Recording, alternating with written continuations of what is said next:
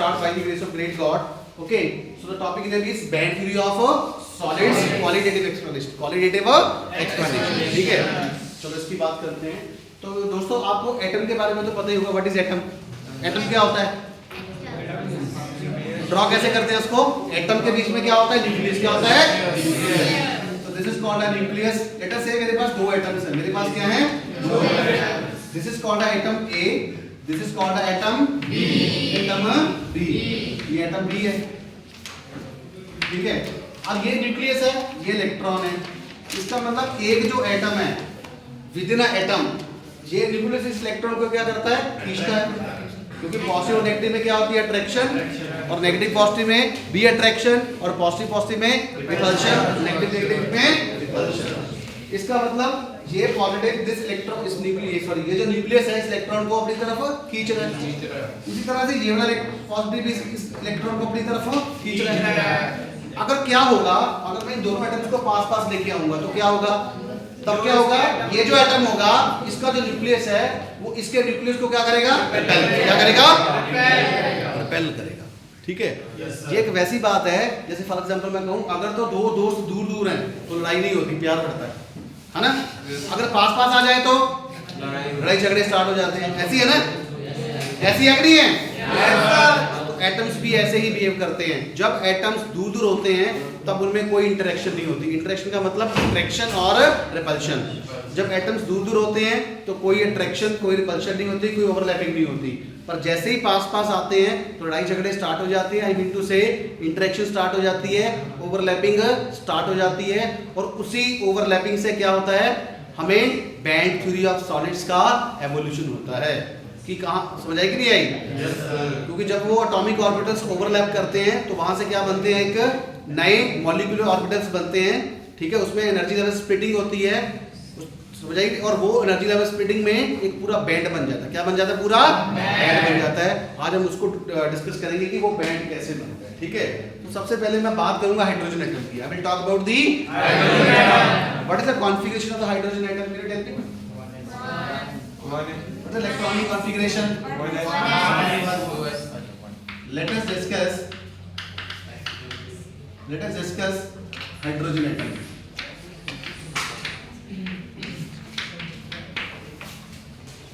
Z is equal to 1.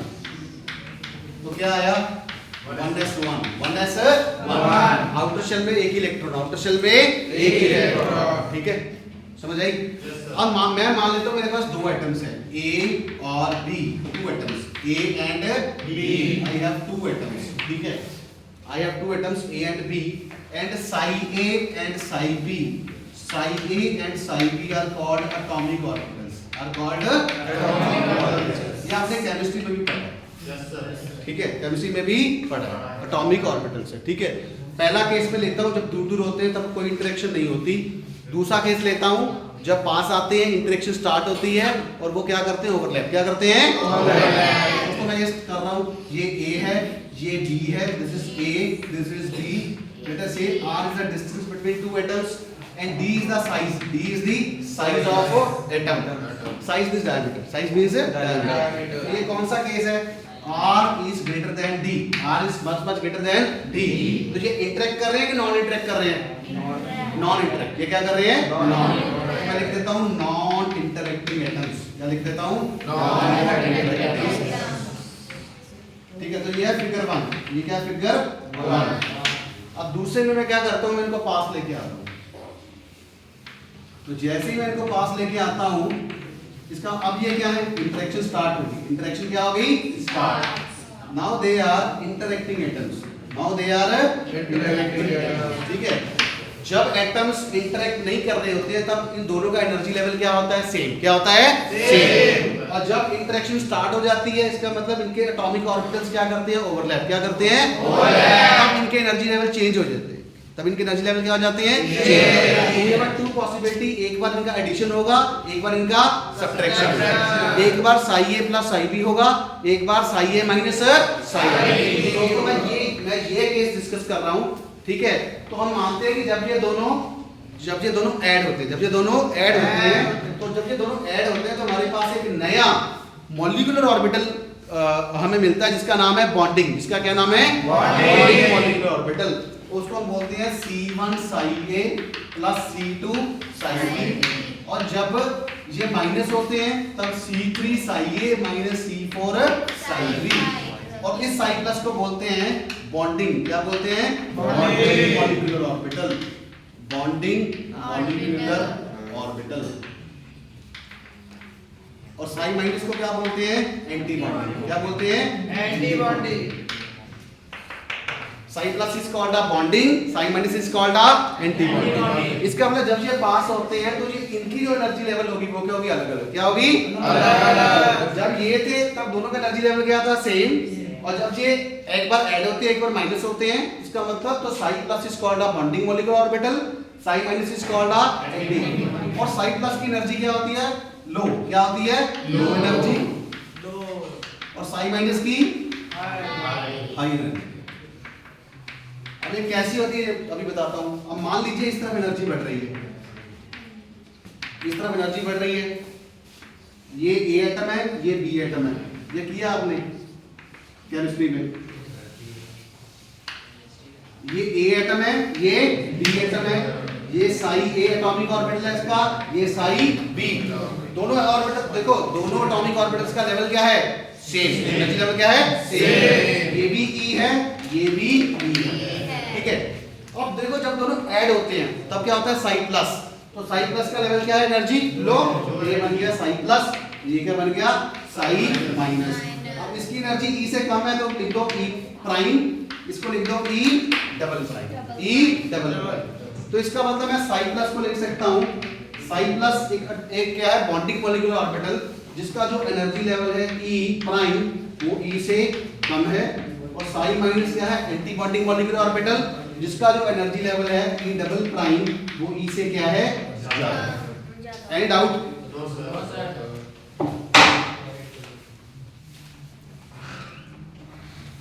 ठीक है।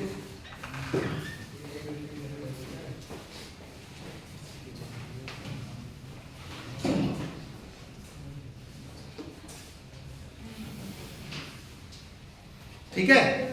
तो इसका मतलब क्या हो रहा है? इसका मतलब ये हो रहा है कि एक एनर्जी लेवल क्या हो रहा है? स्प्लिट हो रहा है। क्या हो रहा है? स्प्लिट हो रहा है।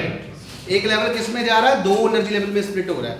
तो this is called a energy level splitting. This is called a energy level splitting. इसमें बोलते हैं एनर्जी लेवल स्प्लिटिंग हो रही है, एनर्जी लेवल स्प्लिटिंग। इसकी डेफिनेशन क्या होगी?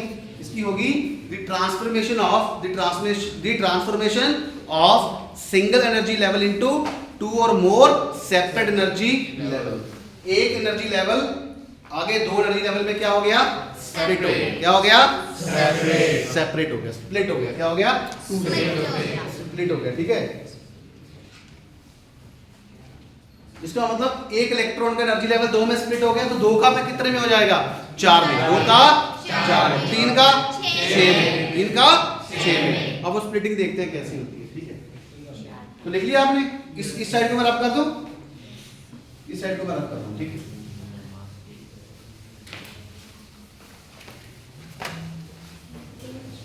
अब देखो पहला केस, जब दूर दूर है इसका नाम दो। कितना नंबर था बेटा मैंने दिया था? सॉरी। इसका मतलब ये कैसे बन रहा है? ये ऐसे बन रहा है।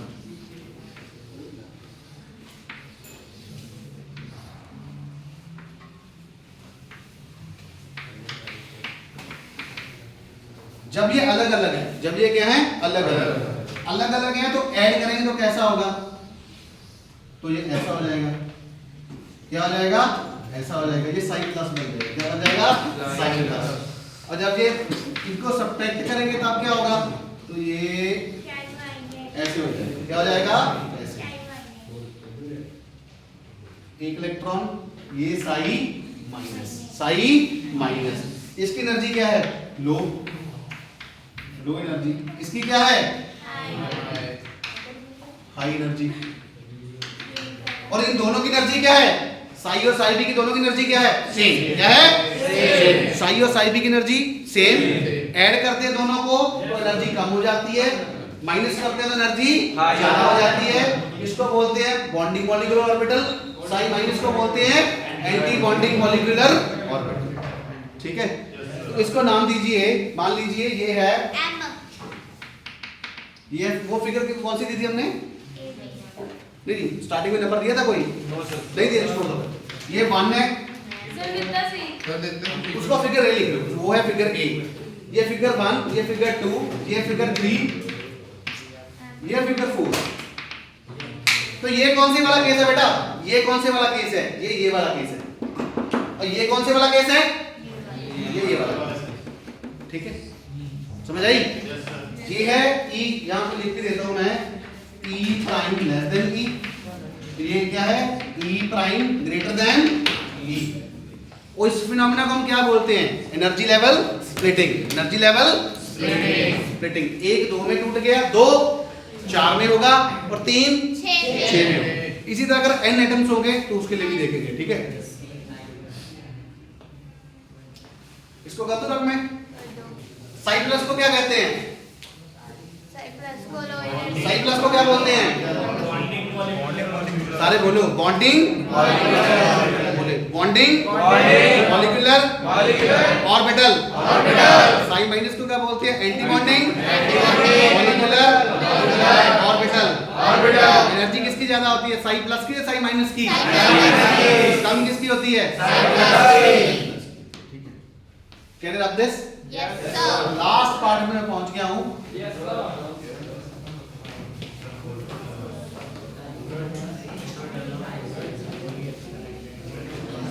फिगर 4 है ना?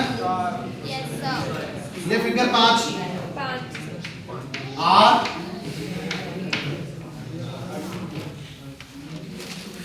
D. R is much much greater than D. तो ये तो इनके तो 2 ही होंगे। इनके क्या होंगे? 2। ये E1, ये E2। ये क्या है? Non interactive. ये क्या है? Non interactive.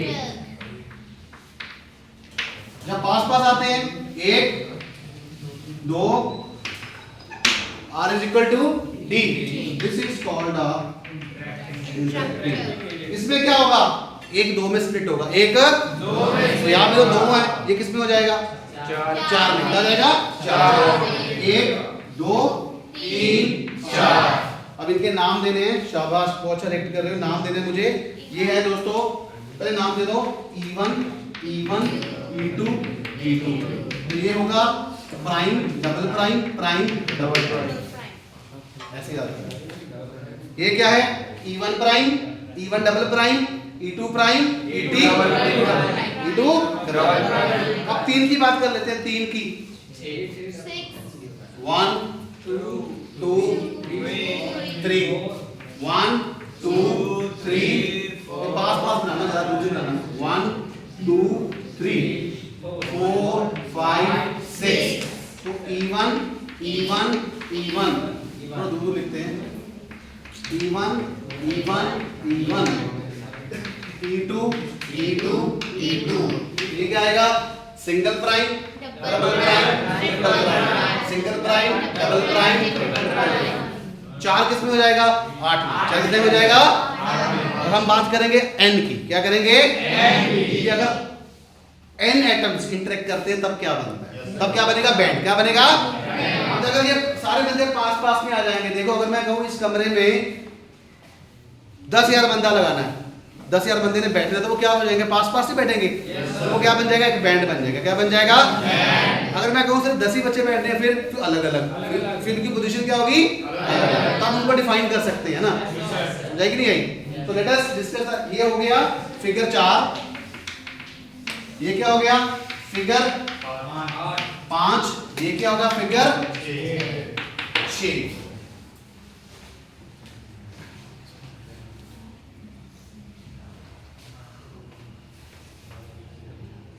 अब n की यहाँ पे n बना दूं मैं? बना दो। इन दोनों को बिठा के ना।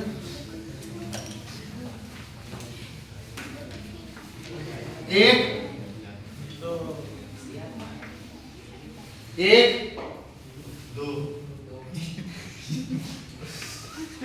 2 3 dash dash dash n atoms.